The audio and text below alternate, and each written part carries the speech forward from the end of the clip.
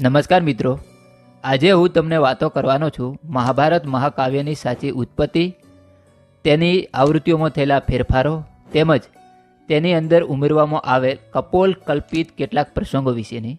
કેમ કે નિયતિના નિયમને અભરાઈએ ચડાવી કપોલ કલ્પિત ઘટનાઓ નવા આખ્યાનકારોએ ખાલી મેળ બેસાડવા ખાતર એમને એમ ઠોકી બેસાડી છે.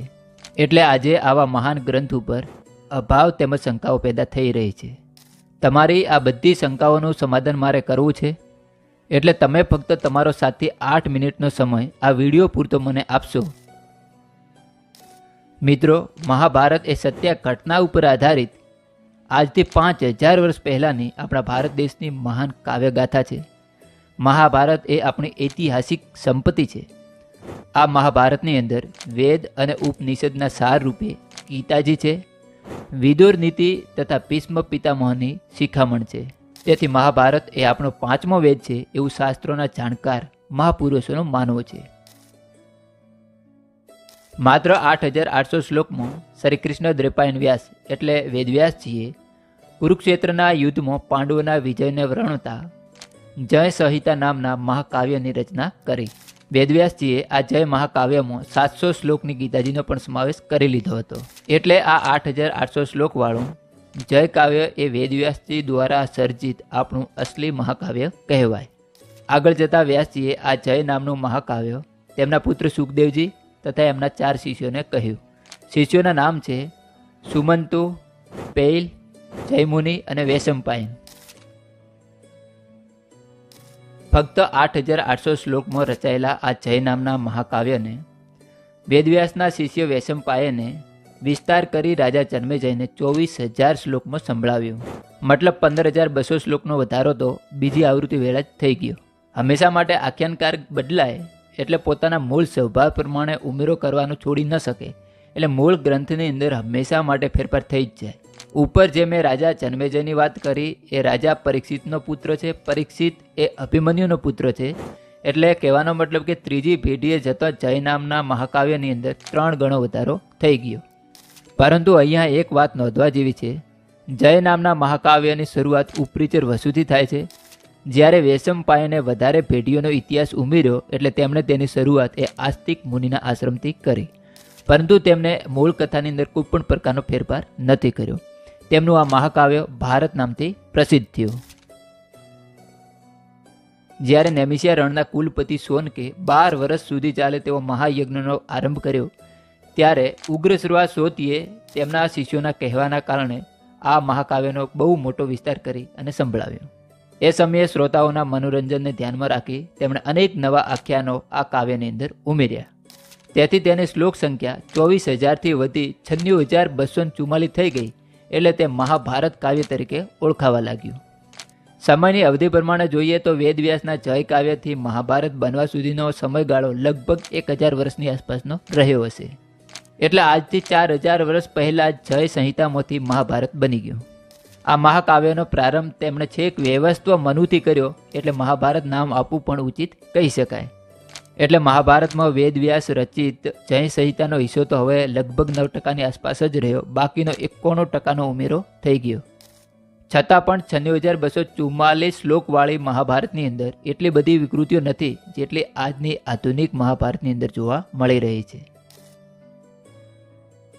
2000 વર્ષથી લઈને છેલ્લા 300 વર્ષની અંદર અનેક આખ્યાનકારોએ મહાભારતોની રચનાઓ કરી. એટલે આધુનિક મહાભારતની શ્લોક સંખ્યા 1,10,000થી લઈ અને 2 લાખ સુધીની થઈ ગઈ. ઘરે ઘરે અત્યારે આધુનિક મહાભારત જોવા મળે છે. ઉગ્રશ્વાની છેલ્લી 96244 શ્લોકવાળી મહાભારત તો ભાગ્યે જ છપાય છે અને કોઈકના ઘરે જોવા મળે. બાકી દરેકના ઘરે આધુનિક મહાભારત જોવા મળી રહી છે. જો આમાં વેદવ્યાસનું મૂળ જય સંહિતા નામનું મહાકાવ્ય જોઈએ તો 4%, 5% કે 6% જ આવે છે. એથી વધારે નથી. એ પણ કેવું ભેળસેળવાળું. હવે તમે મને કહો કે ઇતિહાસ સાથે શું નહીં થયું હોય. મિત્રો, આ ફક્ત મહાભારતની સાથે નહીં, દરેક ગ્રંથો સાથે આ જ વસ્તુ થઈ છે. અમુક ગ્રંથોને બાદ કરવામાં આવે. ગીતાજી છે, વેદ અને ઉપનિષદ છે, એની સાથે છેડછાડ નથી થઈ. કેમ કે એના ગુંડ રહસ્યને સમજવાની પણ કેપેસિટી હોવી જોઈએ. તો કદાચ એના કારણે એની સાથે છેડછાડ નથી થઈ.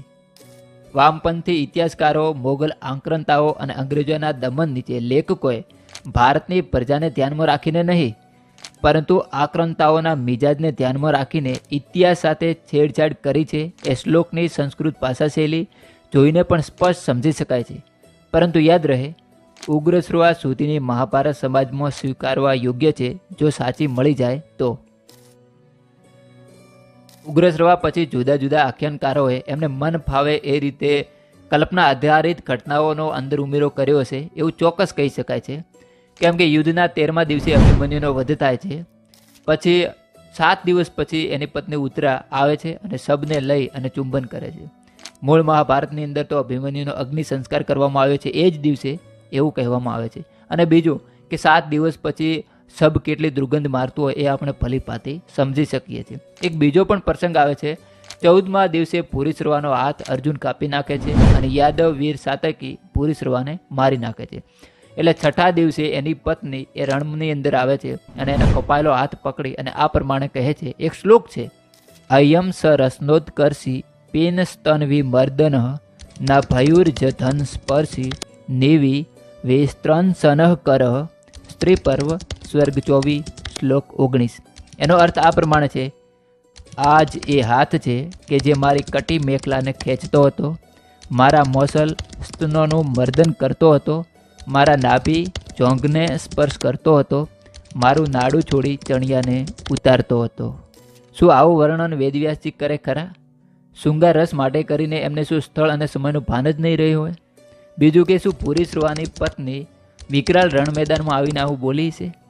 ખરેખર આ ઉમેરણ તો કોઈ વાસનાગ્રસ્ત આખ્યાનકારનું જ રહ્યું હશે એવું ચોક્કસ માની શકાય. બીજું કે યુદ્ધ માટે દ્રૌપદીને જવાબદાર માનવી અને ઓંધળાના પુત્ર તો ઓંધળા જ કહેવાય. આ પ્રસંગે મૂળ મહાભારતની અંદર કોઈ પણ જગ્યાએ નથી આપેલો. આવા તો અનેક પ્રસંગો છે જે મહાભારતની અંદર ઉમેરવામાં આવ્યા છે. તમારે જો ગુજરાતીમાં મહાભારત વાંચવું હોય તો રતિલાલ ગો પંચાલની વેદવ્યાસકૃત મહાભારત છે મધુર કરીને એ વાંચવા જેવી છે. અને જો તમારો રસ હિન્દીની અંદર હોય તો અમી ગણાત્રા કરી અને લેખક છે, એમણે બહુ સુંદર મહાભારતની ઉપર સચોટ વાર્તાઓ લખી છે. મહાભારત અનરિવોલ્ડ કરીને એમની કૃતિ છે, એ બહુ સુંદર અને સત્ય પ્રકાશિત કરતી છે. એ વાંચવા જેવી છે અને અચૂકપણે તમારે વાંચવી પણ જોઈએ. મિત્રો, આવો વિડીયો બનાવવા પાછળ ખૂબ મહેનત લાગતી હોય છે, ખૂબ વધારે વાંચન કરવું પડતું હોય છે, સાચી માહિતી એકત્ર કરવી પડતી હોય છે અને સમય પણ પુષ્કળ આપવો પડતો હોય છે. આ વિડીયોમાં મેં સંપૂર્ણ પ્રયાસ કર્યો છે સત્ય સાબિત કરવા માટેનો. એટલે જો આ વિડીયોને તમે વધુને વધુ શેર કરશો તો 100% મહાભારતને લઈ અને જેટલી શંકાઓ સમાજની અંદર પેદા થઈ રહી છે એ બધી શંકાઓનું નિવારણ થઈ શકશે. અને આવા અનેક અવારનવાર વિડીયો આ ચેનલ ઉપર અપલોડ થતા રહેશે. એટલે તમે ચેનલને પણ સબસ્ક્રાઈબ કરવાનું ભૂલશો નહીં. આપણે ફરી મળીશું. જય હિન્દ, જય શ્રી રામ.